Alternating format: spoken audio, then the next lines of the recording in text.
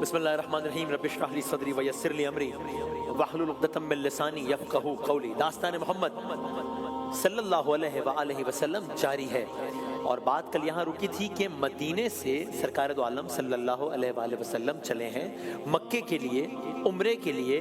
صحابہ کرام ساتھ ہیں، دل سرشار ہیں، دل شادمان ہیں، سب بہت خوش ہیں۔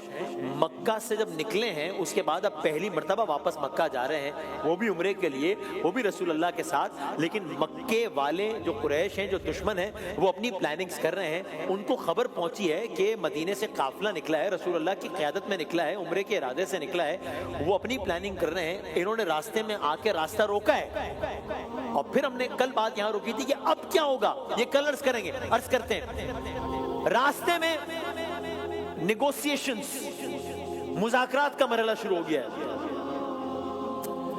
مذاکرات کے کیا ٹرمز اینڈ کنڈیشنز ہو گئے، عرض کرتے ہیں۔ قریش کے نمائندے آتے جاتے رہے اور بات چیت ہوتی رہی۔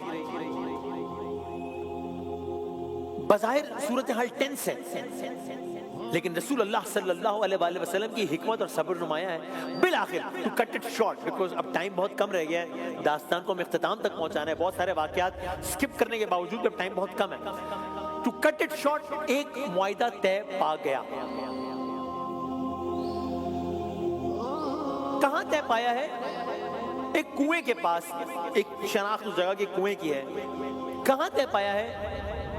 اسے حدیبیہ کہتے ہیں، اس مقام کو حدیبیہ کہتے ہیں، جہاں پر یہ معاہدہ طے پایا ہے۔ سیلینٹ فیچرز کیا ہیں اس معاہدے کے؟ میں عرض کرتا ہوں۔ سب سے پہلے یہ طے ہوا اس سال مسلمان عمرہ ادا کیے بغیر واپس جائیں گے۔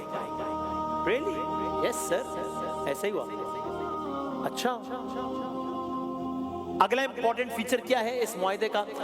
اگلے سال آئیں گے، وہ بھی صرف 3 دن کے لیے مکے میں قیام کریں گے، پھر واپس۔ اچھا، ایک اور شرط، مسلمانوں اور قریش کے درمیان 10 سال تک سیز فائر، جنگ بندی رہے گی۔ اچھا، ایک اور شرط، اگر مکے کا یا دشمنوں کا، مسلمان دشمنوں کا کوئی شخص اپنے سرپرست، اپنے آقا کی اجازت کے بغیر مدینے آ جاتا ہے اس کیمپ میں شامل ہونے کے لیے، اس کو واپس کیا جائے گا۔ اچھا، جس کا مطلب کیا ہوا؟ معاہدے کی اگلی شرط، مدینے سے وائس ورسا، مدینے سے کوئی شخص مکہ چلا جاتا ہے، یہ اس کیمپ سے اس کیمپ میں جانا چاہتا ہے،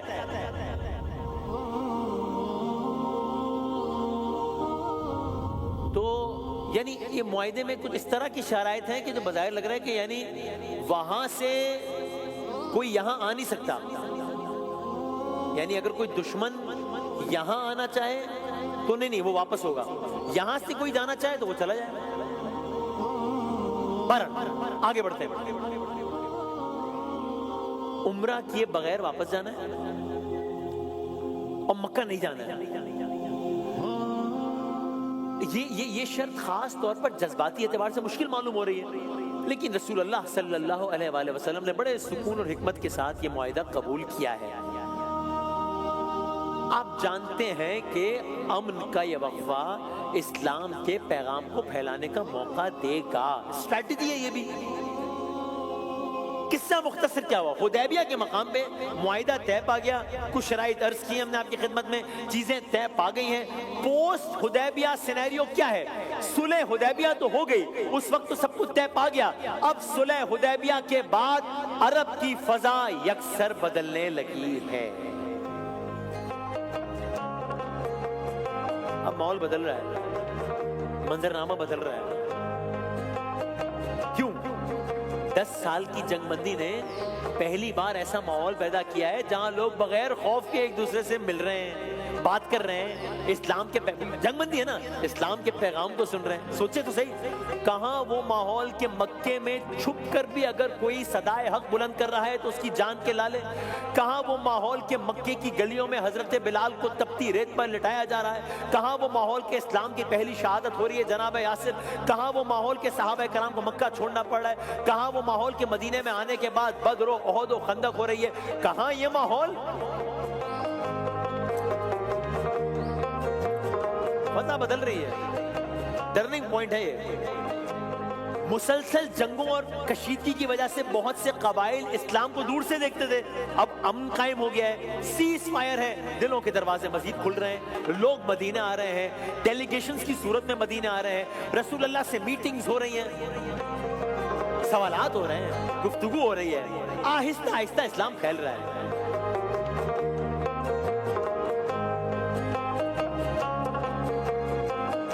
یہ صرف ایک تجزیہ نہیں ہے, یہ صرف ایک آبزرویشن نہیں ہے. قرآن کریم نے تو ایک قدم آگے بڑھ کر اس سارے سینیریو کو ان الفاظ میں بیان کیا. سورہ کا نام ہے سورہ الفتح. ابتدائی آیت بسم اللہ الرحمن الرحیم, انا فتحنا لک فتحا مبینا, بے شک ہم نے آپ کو ایک کھلی فتح عطا کی, فتح مبین عطا کی ہے. قرآن کریم کہہ رہا ہے. اسٹریٹجی ہے. یہاں تک کہ ایک قدم اور آگے بڑی بات, ایک اور اہم قدم اٹھایا گیا. رسول اللہ صلی اللہ علیہ وآلہ وسلم نے عرب سے جو باہر کے جو حکمران تھے ان کو خطوط بھیجے. قیصر روم, کسرا, فارس, مصر کے حکمران, دیگر بادشاہوں کو دعوت اسلام دی جا رہی ہے. آپ منظرنامے میں تبدیلی دیکھ رہے ہیں. کہاں ایک چار دیواری میں بیٹھ کر بات کرنا بھی مشکل تھا, کہاں مدینے میں ریاست ہے, کہاں باقی ریاستوں کو انویٹیشن دیا جا رہا ہے. اب اسلام کا پیغام عرب تک محدود نہیں ہے, اب اسلام عالمی سطح پر پھیل رہا ہے.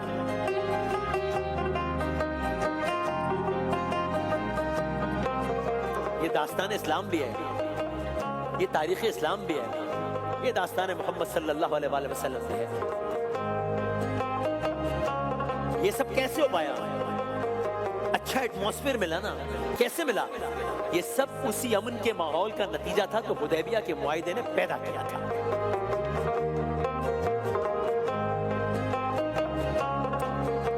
دن اور رات اس انداز سے گزر رہے ہیں.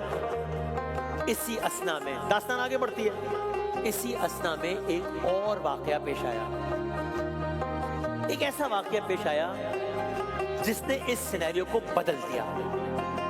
ابھی ذرا ساتھ رہیے گا. صلح ہو گئی ہے, معاملات آگے بڑھ رہے ہیں, سیز فائر ہے. ایک واقعہ پیش آیا. وہ کیا بھئی؟ قریش کا جو ایک اتحادی قبیلہ تھا, یعنی کہ مسلمان کے مخالفین کا ایک اتحادی قبیلہ تھا, اس نے مسلمانوں کا سپورٹیو جو ایک قبیلہ تھا اس پر حملہ کر دیا. حالانکہ سیز فائر تھا.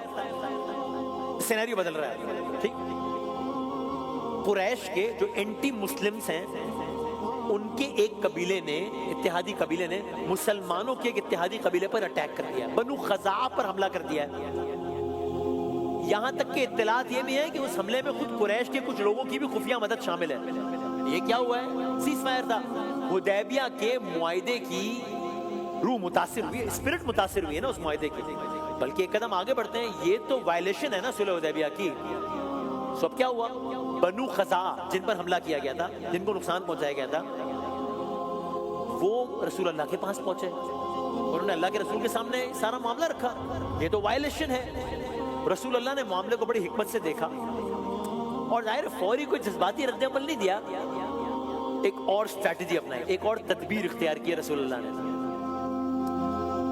خاموشی سے تیاری شروع ہوئی. کس چیز کی؟ سکوت ہے. کس چیز کا؟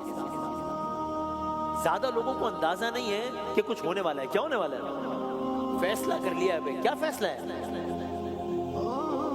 کچھ کو اندازہ ہو رہا ہے اہم مرحلہ آنے والا ہے. کیا مرحلہ آنے والا ہے؟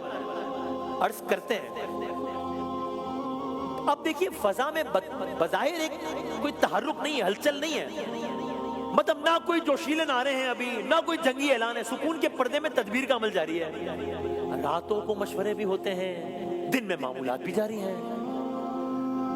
جو لوگ قریب تھے وہ رسول اللہ کے چہرے کی سنجیدگی سے اندازہ لگا رہے ہیں کہ معاملہ معمولی نہیں ہے, مگر ساتھ ہی آپ کی یہ اسٹریٹجی تھی کہ خبر زیادہ وائرل بھی نہ ہو تاکہ غیر ضروری کشیدگی یا قبل از وقت رد عمل بھی نہ ہو. مدینے کی گلیوں میں خاموشی ہے لیکن دلوں میں کیفیت ایک طوفان سے پہلے کے سکون جیسی ہے.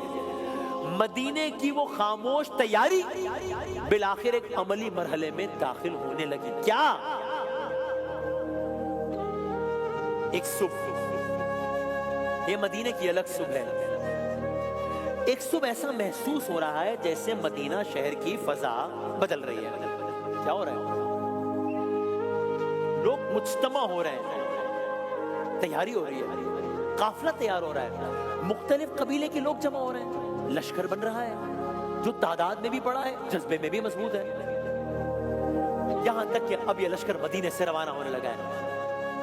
کہاں جا رہا ہے؟ کیوں جا رہا ہے؟ عرض کرتے ہیں مدینے سے روانگی کا لمحہ بڑا پر اثر، کچھ چہرے سنجیدہ ہیں، کچھ پر شوق کی جھلک ہے، سب کے دلوں میں ایک کیفیت مشترک ہے، خاموش عزم، کسی کو ایگزیکٹ ڈیٹیلز نہیں معلوم، ہاں سب کو یہ اندازہ ہے رسول اللہ کی قیادت میں اٹھنے والا ہر قدم حکمت سے خالی نہیں ہو سکتا۔